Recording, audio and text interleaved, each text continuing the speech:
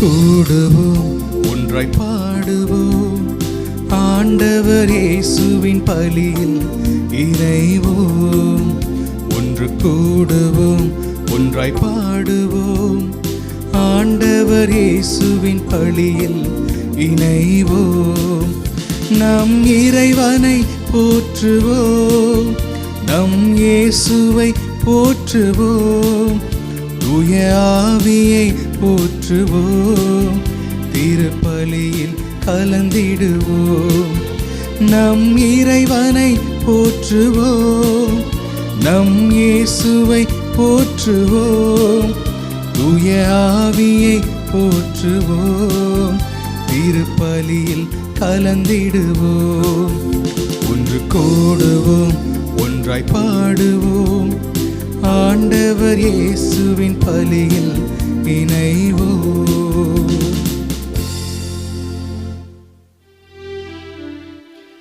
தந்தை மகன் தூய ஆவியாரின் பெயராலே ஆமென். நம் ஆண்டவராகிய இயேசு கிறிஸ்துவின் அருளும் கடவுளின் அன்பும் தூய ஆவியாரின் தோழமையும் உங்கள் அனைவரோடும் இருப்பதாக. உம் ஆன்மாவோடும் இருப்பதாக. இறையேசுவில் பிரியமான சகோதர சகோதரிகளை, மாதா தொலைக்காட்சியின் அன்பு நேயர்களை, உங்கள் அனைவரையும் இக்கல்வாரி பள்ளிக்கு அழைப்பதிலே பெருமகிழ்ச்சி அடைகின்றேன். இறைவாக்குகளின் பின்னணியில் இன்றைய நாள் சிந்தனையானது நாம் நம்முடைய விருப்பத்தை காட்டிலும் இறைவனுடைய விருப்பத்தை ஏற்று நடக்கிற மக்களாக வாழ அன்போடு அழைக்கின்றது. மேலும் இன்று நாம் சந்திக்கின்ற அன்னை மரியாவினுடைய வாழ்க்கையானது இறை திட்டத்தை மட்டுமே தன் திட்டமாக ஏற்றுக்கொண்டு இறைவனுக்கு தன்னையே கையளித்தது போல நாமும் நம்முடைய இந்த கத்தோலிக்க கிறிஸ்தவ வாழ்விலே இறை விருப்பத்தை நிறைவேற்றுகின்ற மக்களாக நம்முடைய எண்ணங்கள், ஏக்கங்கள், எதிர்பார்ப்புகள் எல்லாவற்றையும் இறைவனுடைய கரத்திலே ஒப்பு கொடுத்து நம்முடைய திட்டங்களுக்காக இறைவனிடத்தில் செபிக்கவும், இறை திட்டமே அதன் முழு நிறைவாக நமக்கு கிடைக்கவும் இந்த திருப்பலியில் மன்றாடுவோம். சகோதர சகோதரிகளை, தூய மறை நிகழ்வுகளை கொண்டாட நாம் தகுதி பெறும் பொருட்டும் நம் பாவங்களை ஏற்றுக்கொள்வோம். எல்லாம் வல்ல இறைவனிடமும் சகோதர சகோதரிகளே, உங்களிடமும் நான் பாவியனை ஏற்றுக்கொள்கிறேன். ஏனெனில் என் சிந்தனையாலும் சொல்லாலும் செயலாலும் கடமையில் தவறுதையாலும் பாவங்கள் பல செய்தேன். என் பாவமே, என் பாவமே, என் பெரும் பாவமே. ஆகையால் எப்பொழுதும் கன்னியான புனித மரியாவையும் வானதூதர் புனிதர் அனைவரையும் சகோதர சகோதரிகளே உங்களையும் நம் இறைவனாகிய ஆண்டவரிடம் எனக்காக வேண்டிக்கொள்ள மன்றாடுகிறேன். எல்லாம் வல்ல இறைவன் நம் மீது இரக்கம் வைத்து நம் பாவங்களை மன்னித்து நம்மை நிலை வாழ்வுக்கு அழைத்து செல்வாராக. ஆமென்.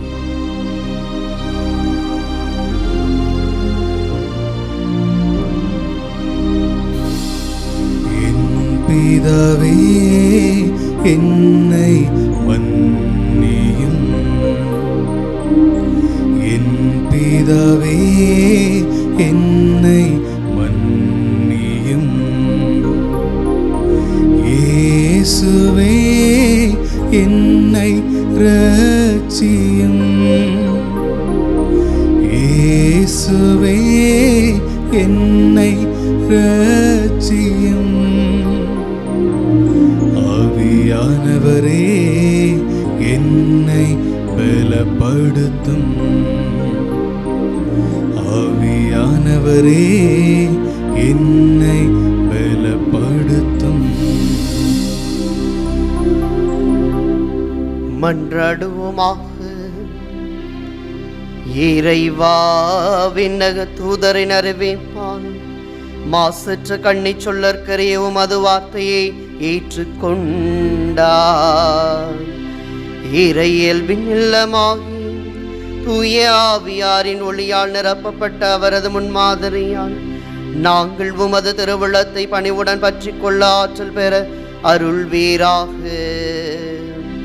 உம்மோடு தூய ஆவியாரின் ஒன்றே பெண் ஒரே இறைவனாய் என்றென்றும் வாழ்ந்து ஆட்சி செய்கின்றவர் வழியாக உம்மை மன்றாடுகின்றோ.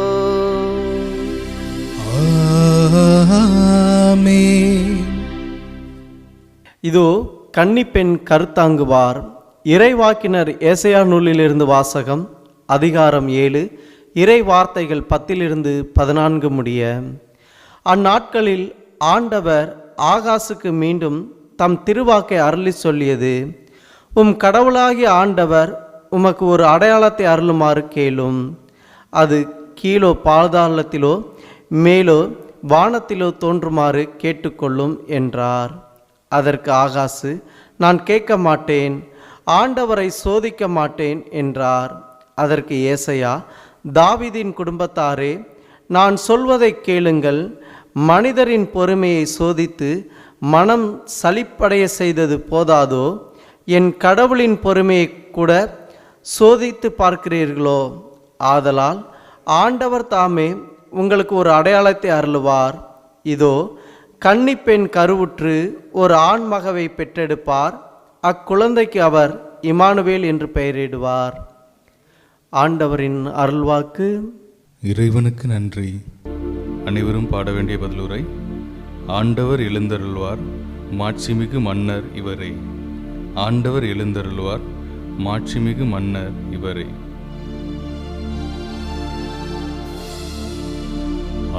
ஆண்டவர் எழுந்தருள்வார், மாட்சிமிகு மன்னர் இவரே. ஆண்டவர் எழுந்தருள்வார், மாட்சிமிகு மன்னர் இவரே. மண்ணுலகும் அதில் நிறைந்துள்ள அனைத்தும் ஆண்டவருடையவை. நிலவுலகும் அதில் வாழ்வன அவருக்கே சொந்தம்.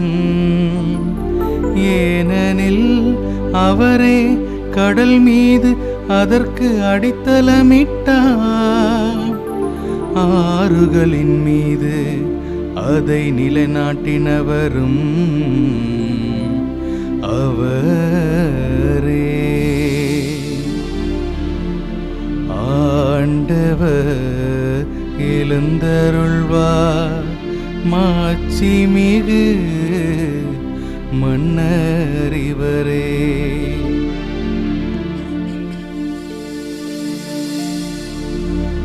ஆண்டவரது மலையில் ஏற தகுதி உள்ளவர் யார்? அவரது திருத்தலத்தில் நிற்கக்கூடியவர் யார்?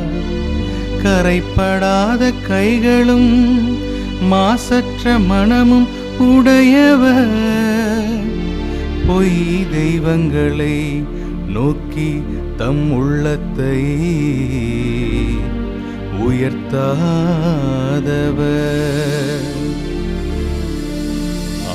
ஆண்டவர் எழுந்தருள்வார், மாட்சிமிகு மன்னர் இவரே.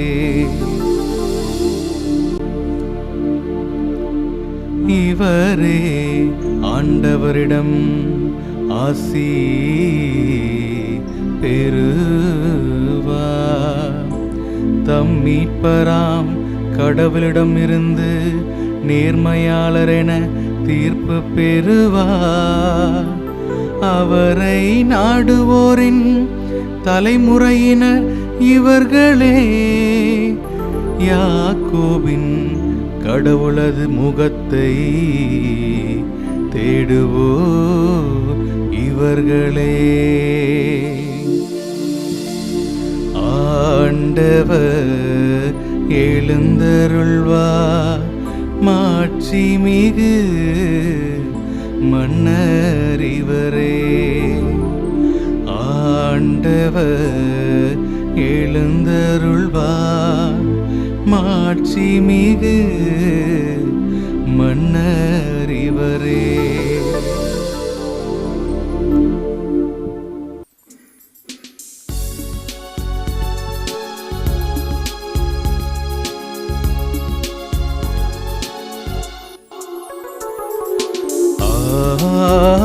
அல்லேலூயா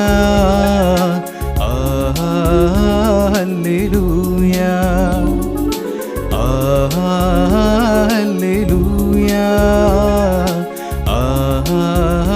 அல்லேலூயா அல்லேலூயா அல்லேலூயா அல்லேலூயா அல்லேலூயா. வானக அரசின் வாயிலை திறக்கும் தாவீதின் திறவுகோல் நீரே,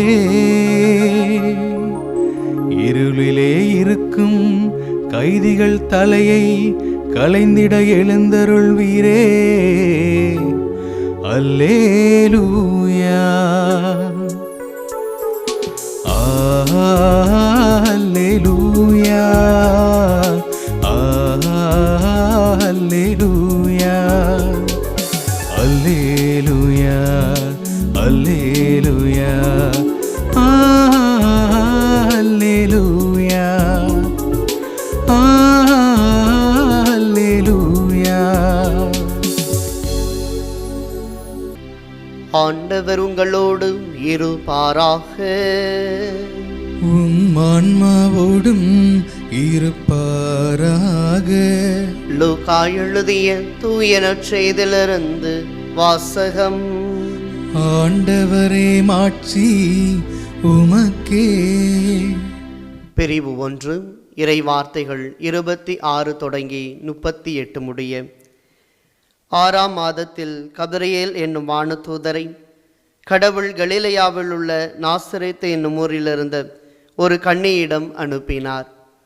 அவர் தாவீது குடும்பத்தினராகிய யோசேப்பு என்னும் பெயருடைய ஒருவருக்கு மன ஒப்பந்தம் ஆனவர். அவர் பெயர் மரியா. வானதூதர் மரியாவுக்கு தோன்றி, அருள் நிறைந்தவரே வாழ்க, ஆண்டவர் உம்மோடு இருக்கிறார் என்றார். இவ்வார்த்தைகளை கேட்டு மரியா கலங்கி, இந்த வாழ்த்து எத்தகையதோ என்று எண்ணிக்கொண்டிருந்தார். வானதூதர் அவரை பார்த்து, மரியா, அஞ்ச வேண்டாம், கடவுளின் அருளை கண்டடைந்துள்ளீர். இதோ கருவுற்று ஒரு மகனை பெறுவீர், அவருக்கு இயேசு என்னும் பெயரிடுவீர். அவர் பெரியவராய் இருப்பார், உன்னத கடவுளின் மகன் எனப்படுவார். அவருடைய தந்தை தாவீதின் அரியணையை ஆண்டவராகிய கடவுள் அவருக்கு அளிப்பார். அவர் யாக்கோபின் குடும்பத்தின் மீது என்றென்றும் ஆட்சி செலுத்துவார். அவருடைய ஆட்சிக்கு முடிவே இராது என்றார். அதற்கு மரியா வானதூதரிடம், இது எப்படி நிகழும்? நான் கன்னியாயிற்றே என்றார். வானதூதர் அவரிடம், தூய ஆவி உன்மீது வரும், உன்னத கடவுளின் வல்லமை உன்மேல் நிழலிடும். ஆதலால் உம்மிடம் பிறக்கப் போகும் குழந்தை தூயது, அக்குழந்தை இறைமகன் எனப்படும். உறவினராகிய எலிசபெத்தும் தம் முதிர்ந்த வயதில் ஒரு மகனை கருத்தரித்திருக்கிறார். கருவுற இயலாதவர் என்று சொல்லப்பட்ட அவருக்கு இது 6ஆம் மாதம், ஏனெனில் கடவுளால் இயலாதது ஒன்றுமில்லை என்றார். பின்னர் மரியா, நான் ஆண்டவரின் அடிமை, சொற்படியே எனக்கு நிகழட்டும் என்றார். அப்பொழுது வானதூதர் அவரை விட்டு அகன்றார். ஆண்டவரின் அருள்வாக்கு. கிறிஸ்துவே உமக்கு புகழ். இறை விருப்பத்தை நிறைவேற்றுவோம். இறையேசுவில் பிரியமான சகோதர சகோதரிகளே, மாதா தொலைக்காட்சியின் அன்பு நேயர்களே, உங்கள் அனைவரையும் இன்றைய நாளில் சந்திப்பதிலே பெருமகிழ்ச்சி அடைகின்றேன். ஆண்டவருடைய விருப்பத்தை நிறைவேற்றுவதுதான் நம் ஒவ்வொருவருடைய கடமையாகவும் பொறுப்பாகவும் கத்தோலிக்க கிறிஸ்தவ வாழ்வினுடைய நம்பிக்கையின் அடித்தளமாக இருக்க வேண்டும் என்பதை இன்றைய நாள் இறைவாக்குகள் மிக அழகாக சொல்லுகின்றன. 1910ஆம் ஆண்டு ஆகஸ்ட் மாதம் 26ஆம் தேதி இப்படியாக ஒரு பெண்மணி பிறக்கிறார். அவர் தன் பிறப்பினுடைய தொடக்க முதலே தன் குடும்பத்தினுடைய அந்த கத்தோலிக்க நம்பிக்கையை தன் வாழ்நாள் முழுவதும் கொண்டிருக்க வேண்டும் என்பதிலே ஆழமான புரிதல் கொண்டவராக வளர்ந்து வருகிறார். அவர் வளர்கிற சூழலிலே ஆண்டவருக்கு தன்னை அர்ப்பணிக்க வேண்டும் என்ற உன்னதமான நோக்கம் அவரில நிலை கொள்கிறது. எனவே அவர் ஒரு நல்ல அருள் சகோதரியாக உருவாக வேண்டும் என்று தன் உள்ளத்தில் வைத்திருந்த அந்த ஆவலை ஆண்டவரிடத்திலே அர்ப்பணித்து தன்னை ஒரு முழுமையான இறைப்பணிக்கு உகந்தவளாக தன்னை தயாரித்து கொண்டிருக்கின்றார். எனவே அவர் விரும்பியதுபடியே ஒரு அருள் சகோதரியாகவும் அவர் மாறுகின்றார். எனவே தன்னுடைய அந்த முதல் வார்த்தை பாட்டின் பொழுது தன்னுடைய இயற்பெயரை மாற்றுவதற்காக அவர் சிந்திக்கிற பொழுது லிசியே நகரின் தெரசாவினுடைய பெயரை தன்னுடைய பெயராக அவர் ஏற்றுக்கொள்ளுகிறார். அவர்தான் மதர் தெரசா. எனவே மதர் தெரசா தன்னுடைய வாழ்க்கையில இந்த அழைப்பை பெற்ற பின்பாக ஆண்டவருக்கு பிரமாணிக்கமாக இருக்கின்றோம், அவருடைய அழைப்புக்கு ஏற்றவாறு என்னுடைய வாழ்க்கையை நான் அமைத்துக் கொள்ளுகின்றேன் என்கிற உன்னதமான ஒரு எண்ணத்தோடு பயணிக்கின்றார். ஆனால் அவர் தன்னுடைய வாழ்வை அந்த எந்த சபைக்காக தன்னை அர்ப்பணித்தாரோ அந்த சபையிலே இருக்கின்ற பொழுது ஒரு நாள் யோசித்து பார்க்கிறார், நாம் இருக்கின்ற இந்த வாழ்வு கடவுளுக்கு உகந்ததாக இருக்கிறதா அல்லது இறை விருப்பத்தை ஏற்று வாழ்கிறோமா என்ற சிந்தனை அவருக்குள் வருகிறது. எனவே அழைப்பிற்குள் நிகழ்ந்த இன்னொரு அழைப்பு என்று சொல்லப்படுகிற கால் வித்தன கால் என்று சொல்லப்படுகிற வண்ணமாக அன்னை தெரசா 4 சுவற்றுக்குள்ளே ஒரு ஆசிரியையாக அருள் பணி செய்கிற அருள் சகோதரியாக மட்டும் இல்லாமல் மக்கள் எல்லாருக்கும் உதவி செய்கின்ற ஒரு பண்பாளராக தன்னை இறைவன் தேர்ந்தெடுத்திருக்கின்றார் என்பதை உணர்ந்தவராக அவர் என்ன செய்கிறார், சேரி பகுதிகளில் இருக்கின்ற மக்களுக்கு பணி செய்ய ஆரம்பிக்கின்றார். அந்த நேரத்திலே அவர் தனி ஒரு சபையை உருவாக்க வேண்டும் என்று விரும்புகிறார். தன்னை போன்று ஒத்த மனநிலை உடைய சகோதரிகள் எல்லாம் இணைந்து இறைவனுக்கு பணியாற்ற வேண்டும் என்று சொல்லி அந்த சபையை நிறுவ வேண்டும் என்று அவர் எண்ணுகிறார். எனவே அதை தன்னுடைய ஆன்மீக தந்தையான பெல்ஜியம் நாட்டைச் சேர்ந்த அவரிடத்துல பகிர்ந்து கொள்ளுகிறார், கேட்கிறார். அப்போது அந்த ஆன்மீக தந்தை சொல்லுகிறார், நீங்கள் நினைப்பது சரிதான், நாம் பேராயருக்கு கடிதம் எழுதுவோம், அவருடைய அனுமதியை கேட்டு பார்ப்போம் என்று சொல்லி அங்கே அந்த ஆன்மீக குரு அவருக்கு வழிகாட்டுகிறார். அந்த வழிகாட்டுதலின்படியே கடிதமும் எழுதுகிறார், பேராயரிடத்திலே அதை ஒப்படைக்கும் செய்கிறார். ஆனால் பேராயர் அந்த ஆன்ம குருவான வான் எக்ஹெச்எம் அவரை கூப்பிட்டு இவருக்கு மெழுகுதிரி ஏற்றுவதற்கே திராணி இல்லாமல் இருக்கிறார், இவரா ஒரு சபையை நிறுவப் போகிறார், இவரா அந்த சபையை நடத்தக்கூடிய தகுதியுடையவராக இருக்க போகிறார் என்று சொல்லி அவரை பார்த்து தரைகுறைவாக அங்கே பேசியதாக அவருடைய வரலாற்றிலே பார்க்கிறோம். எனவே இப்படியாக நிகழ்ந்து விட்டதே என்று சொல்லி அன்னை தெரசா மனச்சோர்வோடு இருந்தபோது ஆன்மீக தந்தை அவரிடத்தில் சொல்லுகிறார், கவலைப்படாதீர்கள், இறை விருப்பம்தான் இது என்றால் இது நிச்சயம் உங்களிடத்துல இருக்கும், அது கடவுளால் நிறைவேற்றப்படும் என்று சொன்னவுடன் இப்போது நாம் பார்க்கிற பிறரன்பு பணியாளர் சபையை தான் அன்னை தெரசா அன்றைய நாளில் இறை விருப்பமாக அவர் நிறுவினார். இயேசுவில் பிரியமான சகோதர சகோதரிகளே, நம்முடைய வாழ்க்கையிலே நாம் சிந்திக்கின்றவாறு நம்முடைய எண்ணங்கள், ஏக்கங்கள், எதிர்பார்ப்புகள் தான் முன்னிலையில் இருக்கப்பட வேண்டும். இறைவன் என்ன விரும்புகிறார் என்பதையே நாம் நினைத்து பார்ப்பதில்லை என்பது போன்ற மனநிலை தான் இன்றைய நாளில் இருக்கிறது.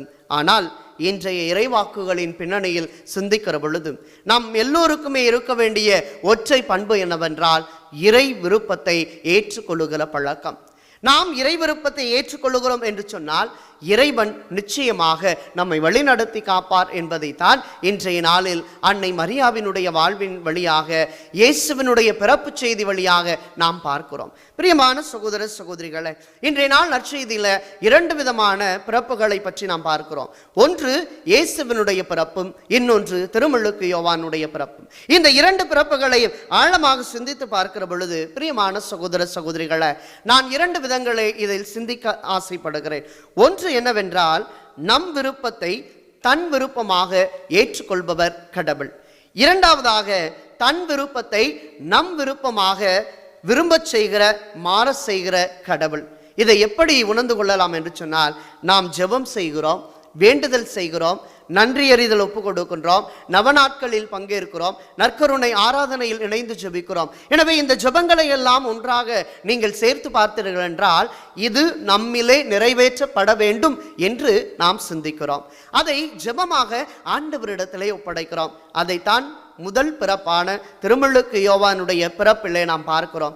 செக்கரியாவும் எலிசபெத்தும் என்ன செய்கிறார்கள்? குழந்தை பேற்று இல்லாமல், குழந்தை பேரினுடைய அந்த முழுமையான ஆசீர் இல்லாமல் தவிக்கின்ற பொழுது அவர்கள் அதை ஜெபமாக கடவுளிடத்திலே ஒப்படைக்கிறார்கள். அதுதான் நம் விருப்பத்தை தன் விருப்பமாக மாற்றிக்கொள்ளுகிறவர் கடவுள். ஆக நம்முடைய ஜெபங்கள் எதெல்லாம் அவருக்கு உகந்ததாக இருக்கிறதோ அதை கொடுத்து ஆசீர்வதிக்கிறார். அதுதான் முதல் சிந்தனை. ஆனால் இரண்டாவதாக பாருங்கள், தன் விருப்பம் நம் விருப்பமாக மாற கடவுள் விரும்புகிறார். இது இயேசுவினுடைய பிறப்பு. அன்னை கன்னிமரியாவை கடவுள் தேர்ந்தெடுத்து இறை விருப்பத்தை தன் விருப்பமாக மாற்றிக்கொள்வதற்காக இறைவன் தேர்ந்தெடுத்த அற்புதமான அடையாளம் தான் அன்னை கன்னிமரியா. ஆக இரண்டாவது பார்வையும் நம்மிடத்தில் நிறைவேற்றப்பட வேண்டும் என்பதைத்தான் இன்றைய நாள் வாக்குறுதி நமக்கு கொடுக்கப்படுகிறது. முதலாவதாக நம் ஜெபம் என்ற அந்த நிலையிலே நிறுத்தப்பட்டுவிடும். ஆனால் இந்த இரண்டாவது மனநிலை இருக்கிறது பார்த்தீங்களா?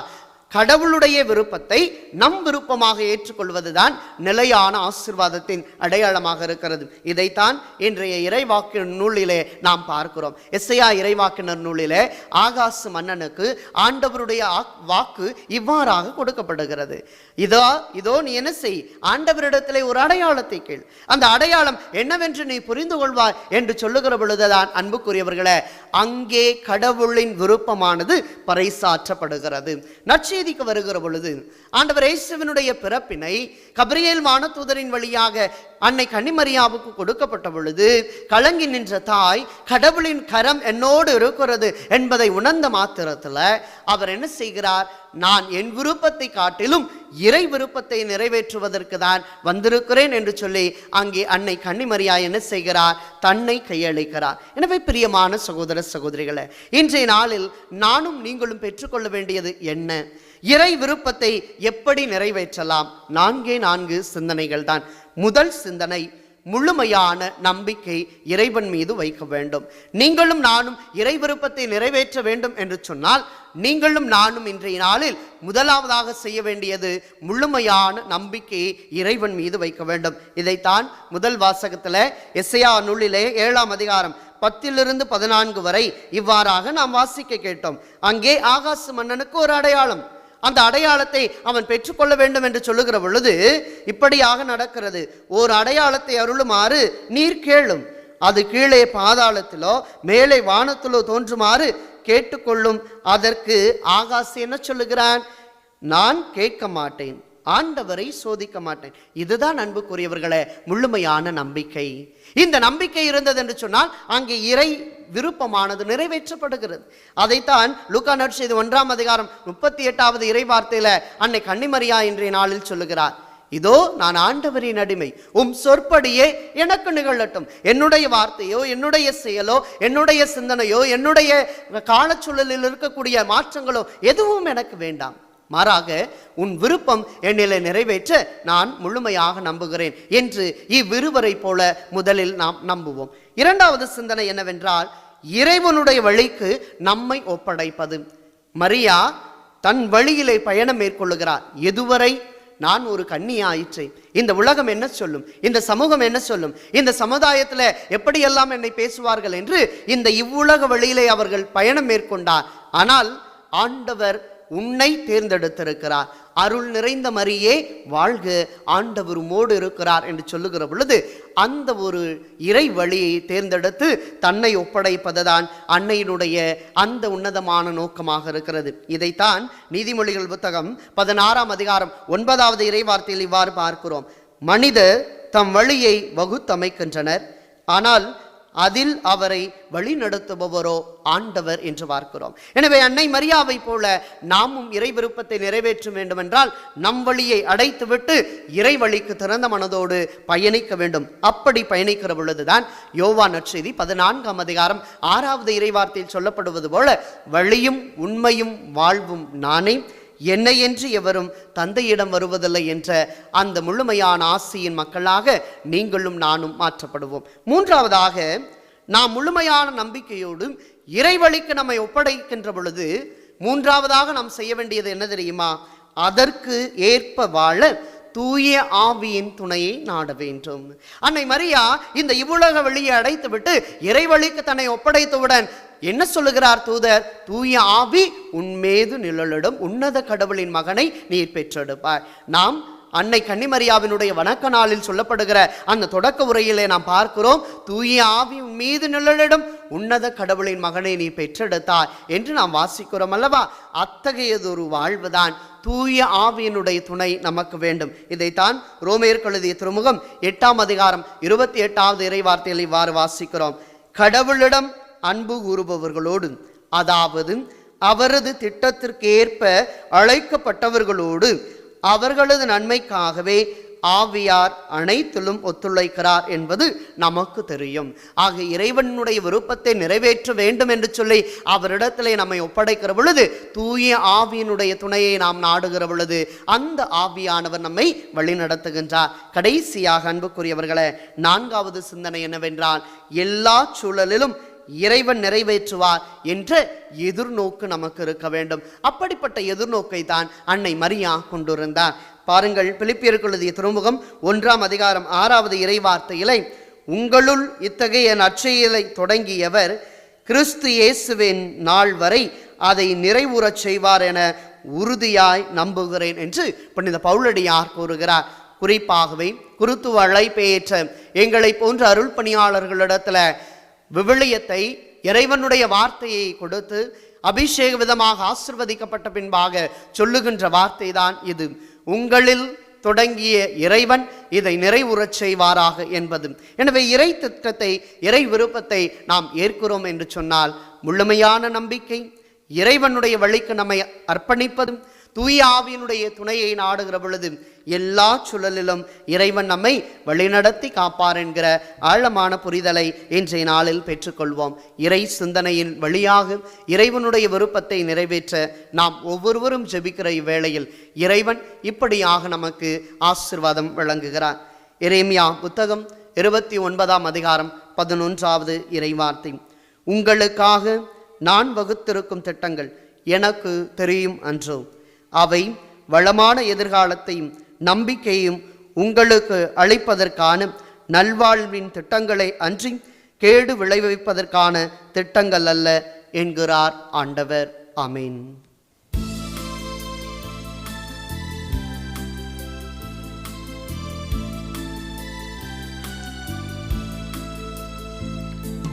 பலியாக என்னை தந்தேன், நீ பரிசாக உன்னை தந்தாய், உள்ளதெல்லாம் கொடுத்தேன், நீ உன்னையே அள்ளி தந்தாய். கண்மணி போல காக்கும் முந்தன் கரத்தில் என்னை முழுதும் தந்தேன், என்னோடு ஒன்றாகினாய், எல்லாமே உனதாக்கினாய், என்னோடு ஒன்றாகினாய், எல்லாமே உனதாக்கினாய்.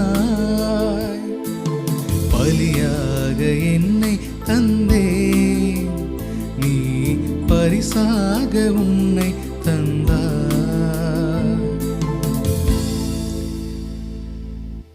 அன்பார்ந்த சகோதர சகோதரிகளை, என்னுடையதும் உங்களுடையதுமான இப்பலி எல்லாம் வல்ல தந்தையாக இறைவனுக்கு ஏற்றதாகும்படி மன்றாடுங்கள். ஆண்டவர் தமது பேரின் புகழ்ச்சிக்காகவும் மாட்சிக்காகவும் நமது நன்மைக்காகவும் புனித திராவை அனைத்து நலனுக்காகவும் உமது கையிலிருந்து இப்பலியை ஏற்றுக்கொள்வாராக. ஆண்டவரே, பெற்ற வழியை கண்ணோக்கியருள் உம்மை தாழ்மையுடன் வேண்டுகின்றோ. இந்த மறை நிகழ்வில் பங்கேற்பதால் நாங்கள் நம்பிக்கையோடு எதிர்நோக்கி காத்திருப்பதை வெற்றி கொள்வோமாக.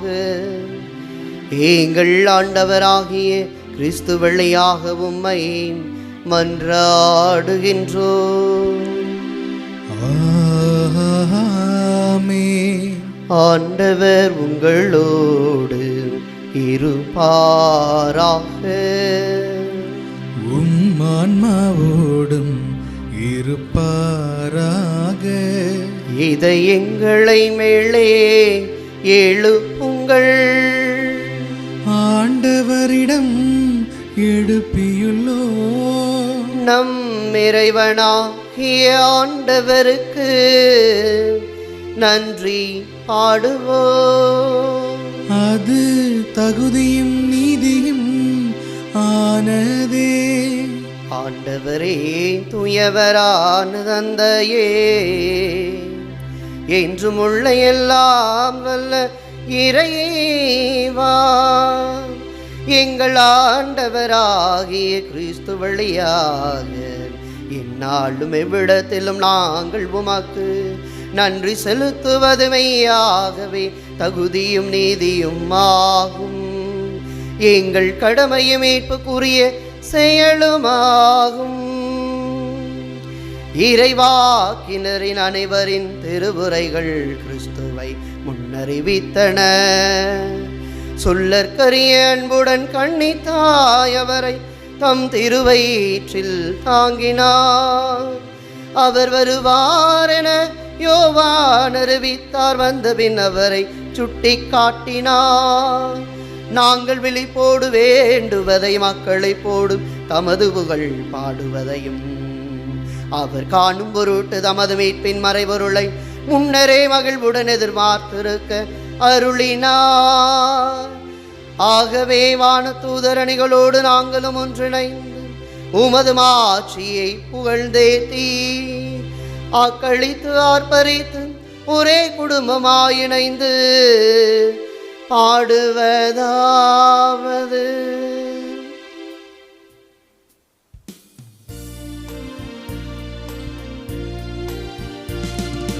தூயவர் தூயவர் தூயவர் வான் படைகளின் கடவுளாம் ஆண்டவர்.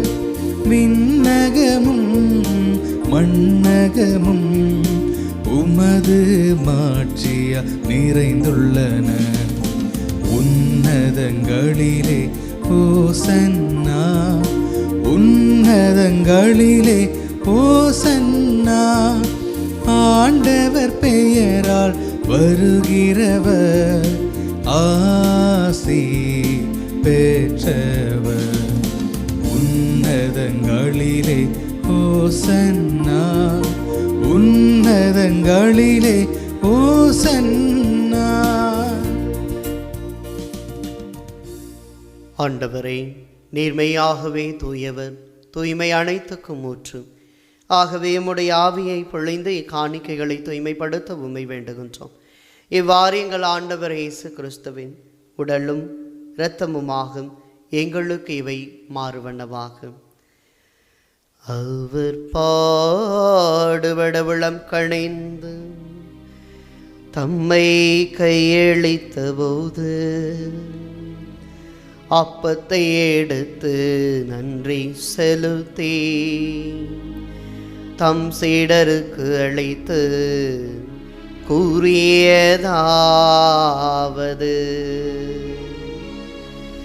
அனைவரும் இதிலிருந்து பெற்று உண்ணுங்கள்,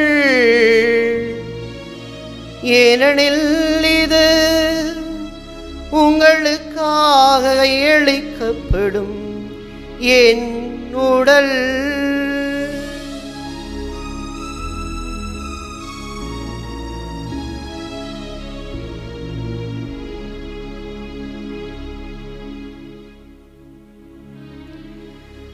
அவ்வண்ணமே இரவு விருந்தை அருந்திய பின் கிண்ணத்தை எடுத்து மீண்டும் உமக்கு நன்றி கூறி தம் சீடருக்கு அளித்து அவர் கூறியதாவது, அனைவரும் இதிலிருந்து பெற்று பருகுங்கள், ஏனெனில் இது புதிய நிலையான உடன்படிக்கைக்குரிய என் இரத்தத்தின் கிண்ணம்.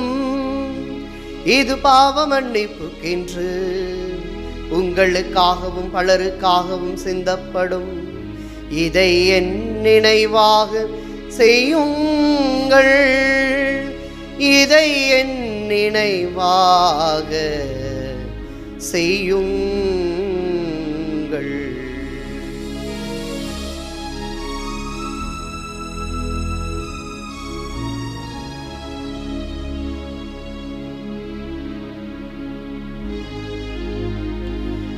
நம்பிக்கையின் மறை பொருள். ஆண்டவரே, நீ வருமளவும் உமது இறப்பினை அறிக்கையிடுகின்றோ, உமது உயிர்ப்பினையும் எடுத்துரைக்கின்றோ. ஆகவே ஆண்டவரை, நாங்கள் கிறிஸ்துவின் இறப்பினையும் உயிர்ப்பினையும் நினைவு கூர்ந்தும் வாழ்வதரும் அப்பத்தையும் மீட்பளிக்கும் கிண்ணத்தையும் உமக்கு ஒப்புக் கொடுக்கின்றோம். உம் திருமுன் என்று உமக்கு ஊழியம் புரிய தகுந்தவர்களை எங்களை ஏற்றுக்கொண்டு, எனவே உமக்கு நன்றி செலுத்துகின்றோம். மேலும் கிறிஸ்துவின் உடலிலும் இரத்தத்திலும் பங்கு கொள்ளும் எங்களை தூய ஆவியார் ஒன்று சேர்க்க வேண்டும் என உம்மை தாழ்மையுடன் மன்றாடுகின்றோம். ஆண்டவரை, உலகெங்கும் பரவி இருக்கும் உமது திரு அவையை நினைவு கூர்ந்தருளும். எங்கள் திருத்தந்தை பிரான்சிஸ், எங்கள் ஆயர் ஆரோக்கியராஜ், எல்லா திருநிலையினர் ஆகிய அனைவரோடும் உமது திரு அவை அன்பின் நிறைவை காண செய்தருளும். தந்தையை உயிர்த்தெழும் எதிர்நோக்குடன் துயில் கொள்ளும் எங்கள் சகோதர சகோதரிகளையும் இறந்தோர் அனைவரையும் இரக்கத்துடன் நினைவு கூர்ந்தும் உமது திருமுக ஒளியினுள் ஏற்றருளும். எங்கள் அனைவர் மீதும் இரக்கமாயிரும். கடவுளின் கன்னி தாயான புனித மரியா, அவருடைய கணவரான புனித யோசேப்பு, புனித திருத்தூதர்கள், இவ்வுலகில் உமக்கு உகந்தவராயிருந்தோர் ஆகிய புனிதர் அனைவருடனும் நாங்கள் நிலைவாழ்வில் பங்கு கொள்ளும் தகுதி பெற்று உம் திருமகன் இயேசு கிறிஸ்து வழியாக உம்மை புகழ்ந்தேத்தும் வரமருள உம்மை மன்றாடுகின்றோம். இவர் வழியாக இவரோடு இவரில் எல்லாம் வல்ல இறைவனாகிய தந்தையே, தூய ஆவியாரின் ஒன்றைப்பன் எல்லா புகழும் ஆட்சியும் என்றென்றும் உமக்கு உரியதே.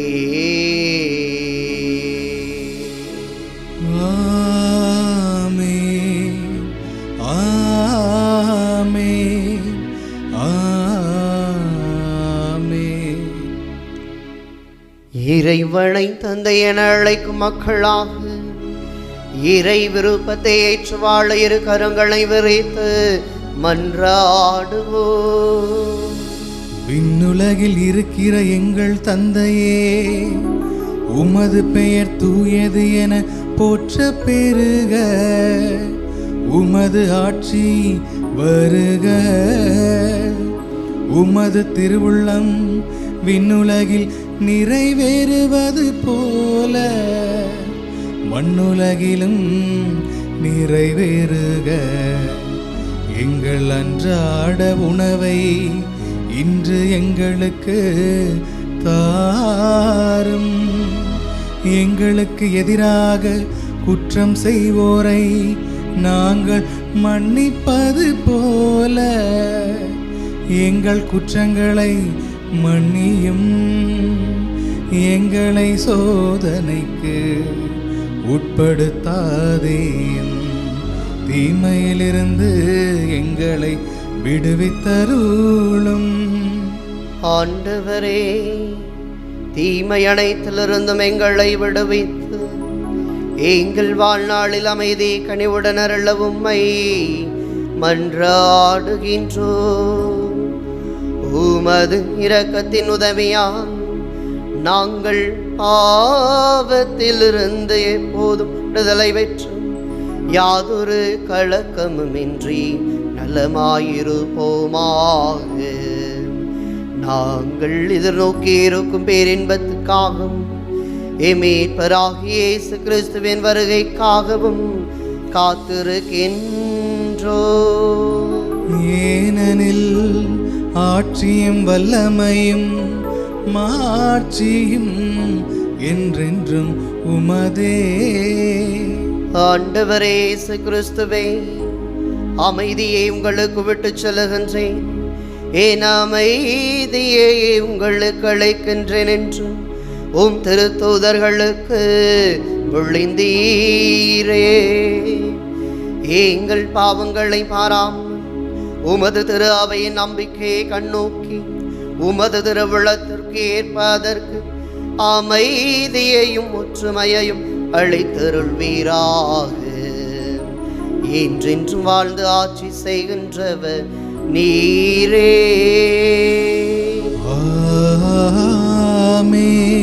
ஆண்டவருடைய அமைதி உங்களோடு என்றும் இருப்பதாக. உம் ஆன்மாவோடும் இருப்பதாக. ஒருவருக்கொருவர் அமைதியை பகிர்ந்து கொள்வோம்.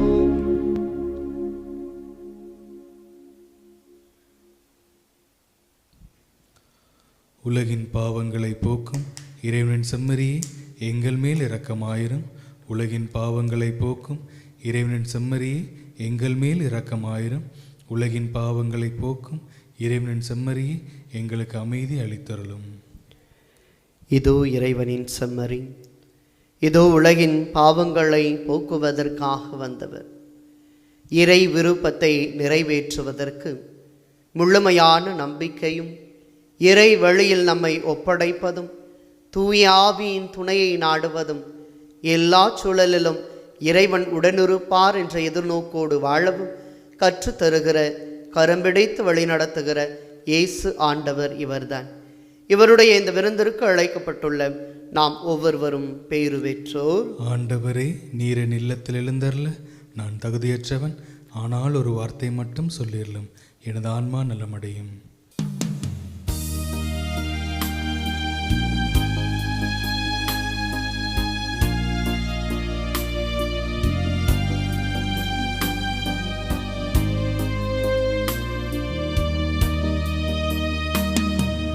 என் சுவாச காற்றே, என் வாழ்வின் ஊற்றே, இறைவா என் உள்ளம் வருவாய்.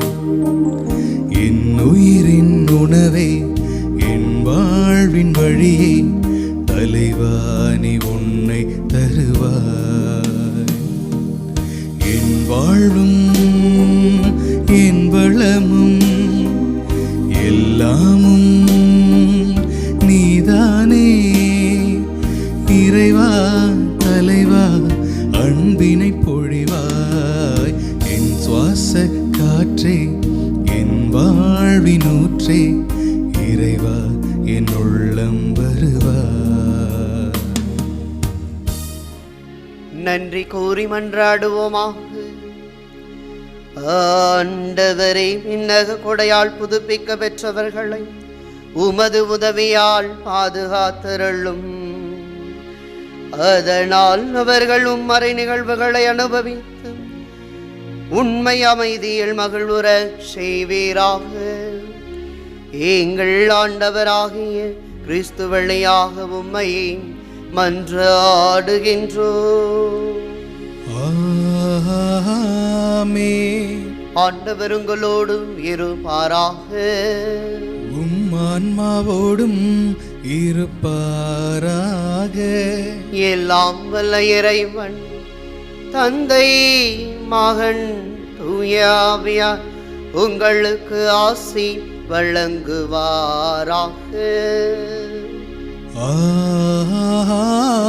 ஆமென். இறை விருப்பத்தை ஏற்ற இயேசுவின் பிறப்பை கொண்டாட சென்று வாருங்கள். திருப்பலி நிறைவேறிற்று. இறைவனுக்கு நன்றி.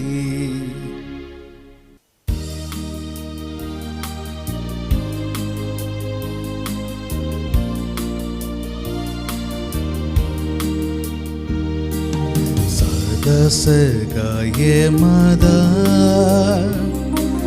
சக்திய தேவத்தாயே,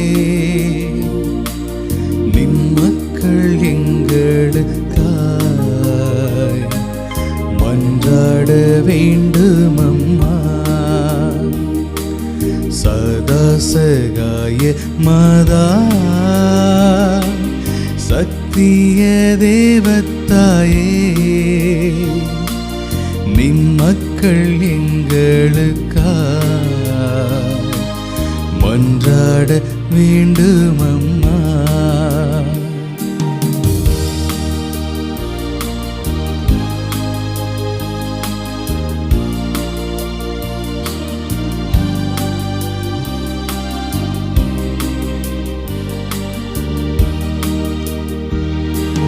துன்பத்தில் வாடும் மக்கள்